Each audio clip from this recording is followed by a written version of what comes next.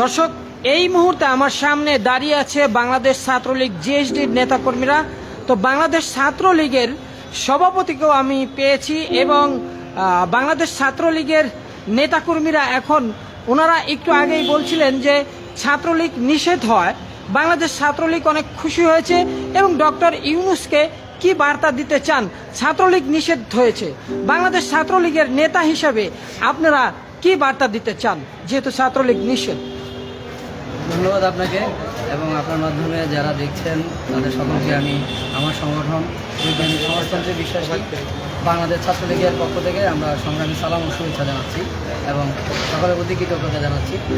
আপনারা জানেন জুলাই যে গণ অভ্যুত্থান, ছাত্র জনতা যে গণ অভ্যুত্থান, এই গণ অভ্যুত্থানের মাধ্যমে আমরা নতুন একটা বাংলাদেশ পেয়েছি এবং এই বাংলাদেশটা আমরা কেন নতুন বাংলাদেশ পেয়েছি সেটা আপনারা জানেন যে গত 16টা বছর এদেশে একটা ফ্যাসিস্ট সরকার আমাদের জনগণের উপরে জগৎ পাথরের মতো চেপে বসেছিল এবং এই সরকারের যে পেটোয়া বাহিনী ছিল তারা যে একটা ছাত্র সংগঠন, তাদের নাম হচ্ছে বাংলাদেশ ছাত্রলীগ এবং এই বাংলাদেশ ছাত্রলীগকে গত কিছুদিন আগে আপনারা দেখেছেন যে আপনার রাজনীতি থেকে নিষিদ্ধ করা হয়েছে, বাংলাদেশের সকল ধরনের ক্যাম্পাসগুলো থেকে তাদেরকে নিষিদ্ধ করা হয়েছে এবং এটা যদিও মনে করেন যে অনেকেই যাতে বিভিন্ন ধরনের প্রতিক্রিয়া জানিয়েছে।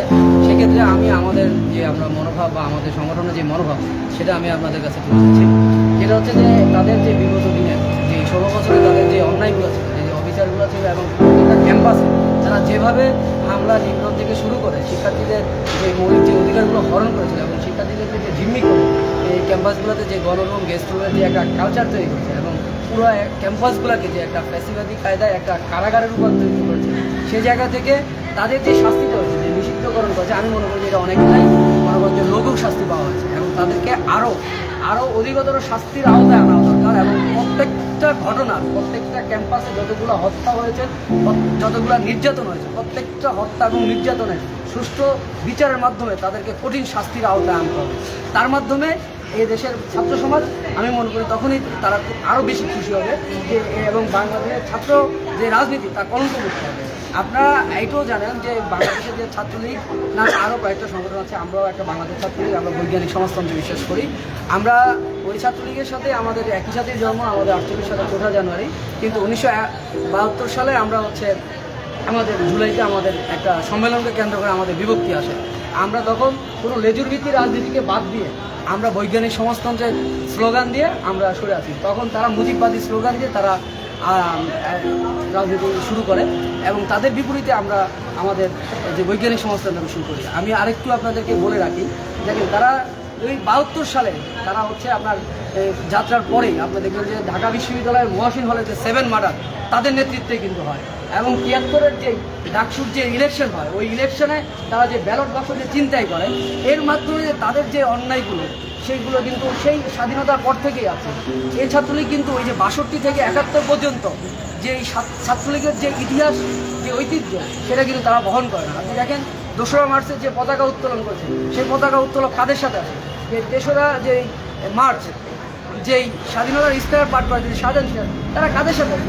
23শে আগস্ট যে খসরু মন্টু এবং যে হাসানুল হক ইনুরা যে পাকিস্তানের পতাকা ফেলে দিয়ে যে পতাকা উত্তোলন করেছে, সেটা সেই অংশগুলো কাদের সাথে আছে?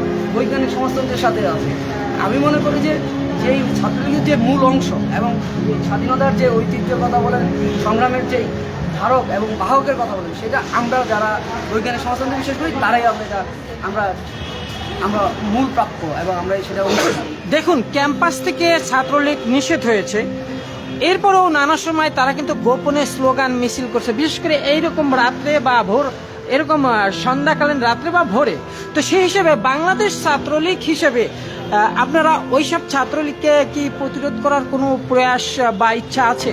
যে তারা যেহেতু নিষেধ হয়েছে, তো আপনারা বাংলাদেশ ছাত্রলীগের নেতা হিসেবে কি বার্তা দিতে চান ওই ছাত্রলীগকে? জি, তারা যেভাবে গোপনে কার্যক্রম এখন চালাচ্ছে, ভোর রাতে বা আপনার অন্ধকার রাতে এসে যে ধরনের মুখোশ পরে যে স্লোগান দিচ্ছে, সেটা অবশ্যই একটা সন্ত্রাসীদের মতো, একটা জঙ্গি গোষ্ঠীর মতো তাদের এই কর্মকাণ্ড।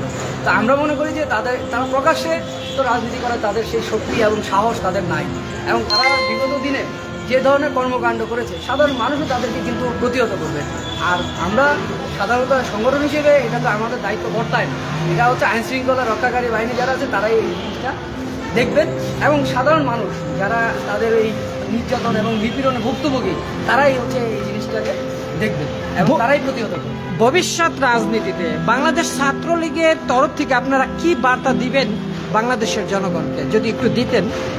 জি, আপনি একটা ভালো প্রশ্ন করেছেন যে এই মুহূর্তে যেমন আমরা মনে করি যে আমরা মানে কি দিতে চান দেশবাসীকে ছাত্র হিসেবে? ৭১-এ দেশ স্বাধীন হওয়ার পরে যেভাবে যে ৩০ লক্ষ শহীদ এবং ২ লক্ষ মা বোনের যে ইজ্জতের সংগ্রামের বিনিময়ে যে বাংলাদেশ আমাদের পাওয়ার কথা ছিল, সে বাংলাদেশ না পাওয়ার কারণে আজকে ৫৩ বছর পরে এসে আমরা আরেকটা ছাত্র জনতার গণ অভ্যুত্থান করতে হয়েছে। এবং এই গণ অভ্যুত্থানের মেসেজটা হচ্ছে যে একটা বৈষম্যহীন একটা বাংলাদেশ প্রতিষ্ঠা করা, এবং এই বৈষম্যহীন বাংলাদেশ প্রতিষ্ঠা করাটাই আগামী দিনের একটা চ্যালেঞ্জ। এবং এই চ্যালেঞ্জটাতে বাংলাদেশ ছাত্রলীগ, আমরা যারা বৈজ্ঞানিক সমাজতন্ত্র বিশ্বাস করি, তা আমরা এই চ্যালেঞ্জটাতে আমরা ঐক্যবদ্ধ আছি এবং হচ্ছে আমরা এইটাতে আমরা অবিচল থাকবো। এবং এই যে বৈষম্যহীন সমাজ করার জন্য যে সংবিধান আছে, এই সংবিধানকে ছুঁড়ে গেলে একটা বাংলাদেশের যে স্বাধীন বাংলাদেশ উপযোগী একটা রাষ্ট্র কাঠামো এবং ব্যবস্থা তৈরি করার যে প্রস্তাবনা আছে, এবং আমরা আমাদের সংগঠনও এটা প্রস্তাবনা দিয়েছেন, সেই ভিত্তিকে আমরা একটা বৈষম্যহীন বাংলাদেশ আমরা চাই, একটা নতুন বাংলাদেশ চাই। ধন্যবাদ। এতক্ষণ কথা বলছিলাম বাংলাদেশ ছাত্রলীগের সভাপতির সঙ্গে, এবং ওনারা ধন্যবাদ দিলেন ডক্টর ইউনূস সরকারকে ছাত্রলীগ নিষেধ করায়। তো আপনাদের অনেক ধন্যবাদ জনমুক্তি আন্দোলনের পক্ষ থেকে। আপনাদের ধন্যবাদ।